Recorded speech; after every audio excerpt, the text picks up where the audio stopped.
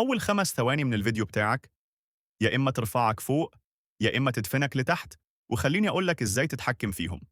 صح؟ أول ثانية في الفيديو لازم تصدم المشاهد، مش صدمة خوف، صدمة فضول. قول حاجة تخليه يسأل نفسه هو ده إيه؟ زي مثلا تقول الفيديو ده ممكن يغير تفكيرك في اليوتيوب كله، أو حتى تحط لقطة من نص الفيديو فيها رد فعلك وانت متفاجئ، وبعدها تقول عايز تعرف ليه كنت متفاجئ كده؟ في ثاني وثالث تانية وضح للمشاهد انت بتكلمه عن ايه، بس باختصار. قول مثلا النهاردة هقولك ازاي أول 5 ثواني بتأثر على الخوارزمية والمشاهد، وخلاص. وقف هنا، خليه يستوعب الفكرة، وبعدها كمل. أول 5 ثواني مش صوت بس، العين كمان لازم تتحرك. غير الزاوية، اعمل زوم بسيط، أو حركة كاميرا سريعة. ده بيخلي المخ يفضل صاحي، ومخ اليوتيوب نفسه يفهم إن الفيديو نشيط مش ممل.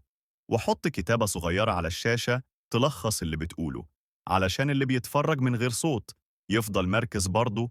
لو أول 5 ثواني عندك فيها جملة تشد، وفكرة واضحة، وحركة في الصورة، يبقى أنت كده مسكت المشاهد من أول لحظة. والخوارزمية هتكافئك بالريتنشن، يعني كل ما الناس تكمل الفيديو أطول، كل ما اليوتيوب يقول الفيديو ده يستاهل توصية. جرب في الفيديو الجاي تبدأ بحاجة غير متوقعة، وشوف الفرق في نسبة المشاهدة، وبعدها تعالى هنا واكتب لي النتيجة في الكومنتات. وافتكر، اليوتيوب مش بيكافئ اللي بينزل كتير، اليوتيوب بيكافئ اللي أول 5 ثواني عنده ما بتتنساش. وفي النهاية، اللي عجبك الفيديو وعاوز تعرف أكثر عن نصائح اليوتيوب وطرق الربح، ما تنساش تخبط لايك، بتعمل اشتراك في القناة، وتفعل زر الجرس علشان يوصلك كل محتوى جديد ينزل على القناة. ولو عندك أي سؤال أو أي استفسار، ممكن تكتب لي تحت في الكومنتات. ومع السلامة.